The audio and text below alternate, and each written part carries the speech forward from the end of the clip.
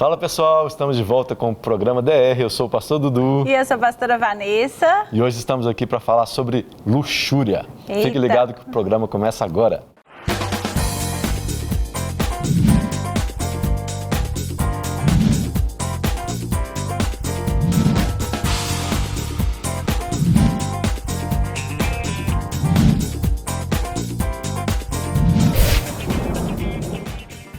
É isso aí, pessoal. A gente estava morrendo de saudade de vocês. A gente está numa série muito legal falando sobre os 7 pecados capitais. E hoje a gente vai falar sobre luxúria. Luxúria, que tem tudo a ver, né? Já tiveram outros pecados aqui que a gente foi falar e teve que explicar o porquê que tem a ver com relacionamento. Mas luxúria, né? Que é a imoralidade sexual. Aí, para todo mundo entender, né? Fica fácil de entender que tem a ver com relacionamento, né? Então, a gente vai começar lendo a Bíblia, porque ela é mais importante do que a nossa opinião. Então, com certeza. 1 Coríntios 6 fala assim, a partir do verso 18, fugir da impureza. Qualquer outro pecado que uma pessoa comete é fora do corpo, mas aquele que pratica a imoralidade peca contra o próprio corpo. Acaso não sabeis que o vosso corpo é santuário do Espírito Santo, que está em vós, o qual tendes da parte de Deus, e que não sois de vós mesmos? Aí já está falando que qualquer pecado que a gente comete, fora do corpo, a gente comete. Mas a imoralidade sexual a gente comete com o nosso corpo, contra o templo do Espírito Santo. Então existe uma coisa aqui muito interessante, porque quando a gente fala de impureza sexual, né, a Bíblia fala muito sobre porneia, né, então a gente não consegue classificar só uma coisa, porque a impureza sexual ela tem a ver com adultério, tem a ver com imoralidade, com pornografia, com masturbação, com um monte de coisa que a gente fica achando que só existe o adultério como algo terrível, mas não. Então a gente tomar cuidado com essa luxúria, né? Quando ela invade as famílias, as casas, as pessoas não percebem, mas cada um está no seu smartphone, no seu dia a dia ali. É muito fácil isso acontecer em qualquer família. E a imoralidade sexual é quando a gente deixa ser governado pelos nossos desejos, né? A gente não controla, muitas vezes, aquilo que a gente deseja, porque a gente é carne, né? A gente não é só um espírito vivendo aí, a gente é carne. Muitas vezes a nossa carne tem alguns desejos, mas nem todo desejo que eu tenho, eu vou alimentar esse desejo e nem vou dar um fim nesse desejo praticando o que eu desejo, Exatamente. Né? Nosso desafio é pedir para Deus para ajudar a gente a saber administrar, né, a nossa necessidade de carinho, nossa necessidade de prazer. Isso é um desafio que a gente tem como cristão. Então, quem vai conseguir fazer isso é só o Espírito Santo que habita em nós. Então, por isso que a gente tem que tomar cuidado nessa área da sexualidade, porque Deus ele quer que a gente desfrute o prazer do sexo, porque foi Deus que criou o sexo. Existe uma ilusão aí fora de que o sexo é do diabo, é uma mentira. Não, o sexo é de dono Deus. De nada. O sexo foi Deus que criou. Então o sexo é de Deus. Mas Deus ele sabe que o homem, a humanidade, precisa ter limite. E então, por isso ele colocou um limite para o sexo dentro do casamento. Porque dentro do casamento existe uma bênção, uma proteção dele. Tem até uma frase que a gente vê em alguns adesivos aí de carro, foi assim, a frase fala assim, Deus inventou o sexo seguro e deu o nome para ele de casamento. É isso mesmo. Então o casamento, apesar de ser diante de Deus essa proteção, muitas pessoas cometem pecados sexuais dentro do casamento. Né? Então o casamento ele não te livra da imoralidade sexual. Pelo contrário, se você é um imoral antes de casar, você vai se tornar um imoral depois de casar. Não vai tirar isso de você. Não. E a gente precisa ter muita consciência disso, porque a gente pode cometer o pecado da imoralidade mesmo estando casado, né? A gente pode trazer para dentro do nosso relacionamento sexual, como marido e mulher, coisas que não agradam a Deus. Eu acho que quando Jesus falou que se você olhar para uma mulher com intenção impura, você já adulterou, ele estava imaginando muito nessa geração de hoje, né? Porque antigamente não existia telefone, você não tinha acesso a algo visual tão fácil como hoje.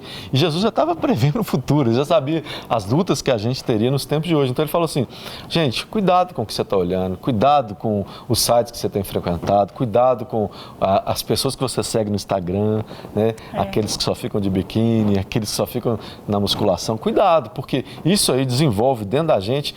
Lógico que olhar para uma pessoa bonita é bom, é legal, mas isso te leva para um pensamento porque a gente está alimentando desejos. Exatamente. Desejos que não podem ser alimentados. Porque o desejo é natural, é normal. Só que quando você alimenta ele, você está conduzindo ele para para onde você quer. É fácil dar um exemplo e todo mundo vai entender dentro de casa aí assistindo a gente. Quando a gente pensa, eu queria mulher, né? Eu sou uma mulher e quero comprar um vestido. Eu queria comprar um vestido. Mulher tem vontade de comprar vestido, roupa, sapato, sempre, né? Mas o que acontece quando você começa a alimentar esse desejo? Tô com vontade de procurar um vestido. Deixa eu começar a andar aqui nos sites que vendem umas roupas que eu gosto. Deixa eu olhar aqui. Olha, esse aqui preço tá bom. Nossa, esse daqui é do jeito que eu queria. Nossa, isso aqui. Você começa o que acontece no final? Eu vou acabar consumando o meu desejo e vou comprar, porque eu estou alimentando o meu desejo. Se eu penso assim, não, tô querendo comprar um vestido. Mas eu não estou precisando, eu não vou nem olhar, porque então parou, aquele desejo morre ali. Só que o nosso problema é que a gente acha que a gente tem obrigação de alimentar os nossos desejos. E aí a gente vive sendo pessoas controladas pelo nosso desejo, governadas pelo nosso desejo. E aí é o sistema de idolatria que te prende. Então você não pode ser dominado pelo impulso sexual, porque isso não é a prioridade da sua vida. A gente não vive só de sexo, de prazer. A gente tem outras coisas. Então, o seu casamento, o seu namoro, você como jovem solteiro, você não pode ficar baseando a sua vida no que você quer ter. A gente vai querer, Deus falou assim, buscar e pois em primeiro lugar o reino de Deus, a sua justiça, e tudo, e o sexo está dentro disso, tudo vai ser acrescentado no tempo certo, dentro de um casamento, dentro de um relacionamento sólido. Né? Não é sexo no namoro, gente, sexo no namoro é pecado. É isso que eu ia falar, você tirou da minha boca. É importante a gente falar aqui para os casais de namorados que estão praticando, né, tendo uma prática sexual normal dentro do namoro, eles estão em pecado de imoralidade sexual. Eles acham que todo mundo está fazendo, vocês podem fazer. A cultura pode mudar, mas a palavra de Deus não muda. A palavra de Deus é a mesma. Deus deu uma direção para a gente para viver em santidade, porque Ele é santo. Então a santidade tem a ver também com a nossa imoralidade. Se você não tem praticado coisas que agradam o coração de Deus, você está sendo imoral. Você não tem uma aliança com essa pessoa, como você vai fazer algo com ela que foi determinado só para quem tem aliança um com o outro? Exatamente, né? Aliança é proteção. É proteção. Então Deus quer que você saia da luxúria. E não é aliança de, então vou colocar uma aliança e resolver o problema. Não, é o compromisso que um faz com o outro de se casar e de viverem até que a morte os separe juntos. Exatamente, quando você tem aliança com alguém, você é responsável pelo filho que ela vai ter, você vai cuidar dessa criança, você vai andar com ela, você vai acompanhar todo o processo. Quando você não tem, se ficou grávida, você vai embora. Isso não é seu. Se teve qualquer discussão, qualquer briga, qualquer desentendimento, acaba vai embora. Relacionamento. Então, amar uma pessoa não é suficiente para você ter relação sexual com ela, você precisa ter aliança. Compromisso. Então, Deus quer que você renove sua mente aí, que você volte lá a olhar suas práticas. A gente está falando desde o começo aqui que a gente está falando dessa série. São 7 pecados capitais. Eles só são a cabeça de muitos outros, né? Eles desenvolvem os outros pecados. Mas você tem que ficar atento. Se Deus está te alertando sobre como você tem vivido com a sua sexualidade, é porque Ele quer te tratar nessa área. Então, se Deus está te falando, querido, olha a sua vida, olha o que você tem, por onde você tem andado, com quem você tem andado, o que você tem assistido, que tempo você tem dedicado a isso, que isso vai se tornando cada vez mais importante para você. E dentro da imoralidade sexual, da luxúria, né, como alguns gostam de chamar, a gente tem tantos desdobramentos, né? Tem os vícios sexuais, vício em pornografia, masturbação e tantas outras coisas, né, que nem vale a pena a gente ficar mencionando aqui. Tem o adultério, tem o sexo fora do casamento, sexo virtual, né? Sexo virtual, tantas coisas, gente, que o diabo fez, né, e que a gente tá se deixando levar por essas coisas, a humanidade tem se deixado levar por essas coisas. Decida hoje. Sabia que você é responsável pelas suas escolhas? A nossa vida é feita de escolhas e você pode escolher hoje. Eu vou ser livre disso. Eu vou ser mais profundo que isso, porque no texto que a gente leu, 1 Coríntios 6, 19, o final do texto termina assim, no verso 20 fala assim, porque fostes comprados por um preço. Agora, pois, glorifica a Deus com o vosso corpo.